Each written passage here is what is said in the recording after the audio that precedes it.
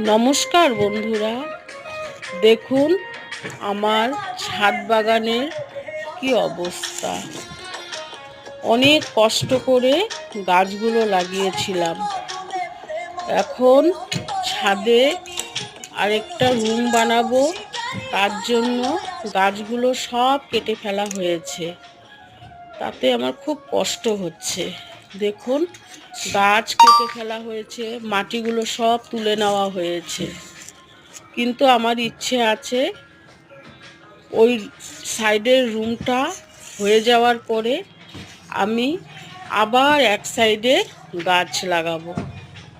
যখন গাছ লাগাবো আপনাদেরকে দেখাবো।